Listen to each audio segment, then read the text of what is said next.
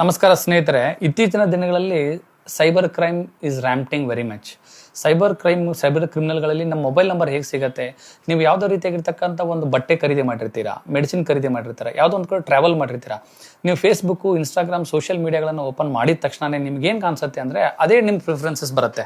ಹೇಗೆ ಸೋಷಿಯಲ್ ಮೀಡಿಯಾಗೆ ಗೊತ್ತಾಗ್ತಾ ಇದೆ ಅನ್ನೋದಕ್ಕೆ ಸಿಂಪಲ್ ಫಸ್ಟ್ ಪ್ರಿಫರೆನ್ಸಸ್, ನೀವು ಗೂಗಲಲ್ಲಿ ಹೋದಾಗ ನಿಮ್ಮ ಸಫಾರಿ ಆಗಿರ್ಬೋದು, ನಿಮ್ಮ ಕ್ರೋಮ್ಗಳಲ್ಲಿ ಲಾಗಿನ್ ಆದಾಗ ನಿಮ್ಮ ಇಮೇಲ್ ಐ ಡಿ ಲಾಗಿನ್ ಆಗಿರುತ್ತೆ. ಇಮೇಲ್ ಐ ಡಿಲಿ ಲಾಗಿನ್ ಆಗಿದೆ ಅಂದ ತಕ್ಷಣ ನಿಮ್ಮ ಇಮೇಲ್ ಐ ಡಿ ಮುಖಾಂತರವಾಗಿ ನಿಮ್ಮ ಪರ್ಚೇಸಿಂಗ್ ಇಮೇಲ್ಸ್ ಬಂದಿರುತ್ತೆ.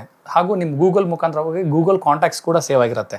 ಗೂಗಲ್ ಕಾಂಟ್ಯಾಕ್ಟಲ್ಲಿ ಸೇವ್ ಆಗಿರ್ತಕ್ಕಂಥ ನಿಮ್ಮ ಎಲ್ಲ ಮೊಬೈಲ್ನಲ್ಲಿ ಇರ್ತಕ್ಕಂಥ ಗೂಗಲ್ ಕಾಂಟ್ಯಾಕ್ಟ್ಗಳು ಕೂಡ ಸೈಬರ್ ಕ್ರಿಮಿನಲ್ ಇರುತ್ತೆ. ನೀವು ತೆಗೆದುಕೊಂಡಿರ್ತಕ್ಕಂಥ ಒಂದೊಂದು ಫೋಟೋಸ್ ಇರುತ್ತೆ, ನೀವು ಗೂಗಲ್ ಡ್ರೈವಲ್ಲಿ ಅಪ್ಲೋಡ್ ಮಾಡಿರ್ತೀರಿ. ಇದು ನಿಮ್ಮ ಖಾಸಗಿತನಕ್ಕೂ ಹಾಗೂ ನಿಮ್ಮ ಗೌರವಕ್ಕೂ ಕೂಡ ಧಕ್ಕೆ ಆಗಬಹುದು. ಹಾಗೂ ನೀವು ಮತ್ತೊಂದು ಸ್ಥಳಗಳಿಗೆ ವಿಸಿಟ್ ಮಾಡಿರ್ತೀರಾ, ಅದರಲ್ಲಿ ಗೂಗಲ್ ಮ್ಯಾಪ್ ಕೂಡ ಲಾಗಿನ್ ಆಗಿರುತ್ತೆ. ಸೊ ಗೂಗಲ್ ಮ್ಯಾಪ್ ಮುಖಾಂತರ ನೀವು ಎಲ್ಲಿ ಪ್ರಯಾಣ ಮಾಡ್ತಿದ್ದೀರ ಅನ್ನೋದು ಕೂಡ ಸಿಗುತ್ತೆ. ನೀವು ಪರ್ಚೇಸ್ ಮಾಡಿದಾಗ ನಿಮ್ಮ ಫೋನ್ ಪೇ, ಗೂಗಲ್ ಪೇ, ಪೇಟಿಎಂಗಳಲ್ಲೂ ಕೂಡ ನಿಮ್ಮ ಇಮೇಲ್ ಐ ಡಿ ಲಾಗಿನ್ ಆಗಿರುತ್ತದೆ. ಸೊ ಅದರ ಮುಖಾಂತರವಾಗಿ ಅವರಿಗೆ ಸೈಬರ್ ಕ್ರಿಮಿನಲ್ಗಳಿಗೆ ನೀವು ಯಾವ ರೀತಿಯಾಗಿರ್ತಕ್ಕಂಥ ವಸ್ತುಗಳನ್ನು ಖರೀದಿ ಮಾಡುತ್ತಿದ್ದೀರಿ ಅನ್ನೋದು ಕೂಡ ಗೊತ್ತಾಗುತ್ತೆ. ಅದರಿಂದ ಮಾನ್ಯ ಸ್ನೇಹಿತರಲ್ಲಿ ನಾನು ತಮ್ಮ ಎಲ್ಲ ಸ್ನೇಹಿತವರ್ಗದಲ್ಲಿ ಹೇಳೋದಂದ್ರೆ ಇಷ್ಟೇ.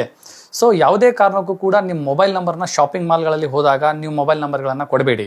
ಸೊ ಇದು ನಿಮ್ಮ ಖಾಸಗಿತನಕ್ಕೆ ಧಕ್ಕೆ ಆಗುತ್ತದೆ ಹಾಗೂ ಇದು ಸೈಬರ್ ಕ್ರಿಮಿನಲ್ಗಳಿಗೆ ಆಹಾರವಾಗುತ್ತದೆ. ಅದೇ ರೀತಿಯಾಗಿರ್ತಕ್ಕಂಥ ನಿಮ್ಮ ಇಮೇಲ್ ಐ ಡಿನೂ ಕೂಡ ನೀವು ಗೂಗಲ್ ಕ್ರೋಮ್, ಸಫಾರಿ ಬ್ರೌಸರ್ಗಳಲ್ಲಿ ಲಾಗಿನ್ ಆಗಿರಬೇಡಿ. ಸೊ ಅದನ್ನು ಯಾವಾಗ ಸಂದರ್ಭಗಳಲ್ಲಿ ಬೇಕೋ ಆವಾಗ ಉಪಯೋಗಿಸ್ಕೊಳ್ಳಿ. ನಂತರ ಸೈನ್ ಔಟ್ ಸ್ಥಿತಿಯಲ್ಲಿ ಇಡುವುದು ಉತ್ತಮವಾಗಿರ್ತಕ್ಕಂಥ ಒಂದು ಉದಾಹರಣೆ. So which will help for your protection of your privacy as well as your safety. Thank you and Jai Hind.